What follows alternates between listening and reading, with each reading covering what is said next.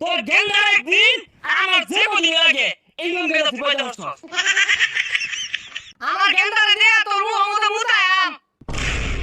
ওই এই রকম ঘুমুত খায়া বসাছে তোর গেন্দা তো আমার মাত্র না দেখছেন কত সুন্দর দেখ পারাছে শেষ পর্যন্ত দেখবেন।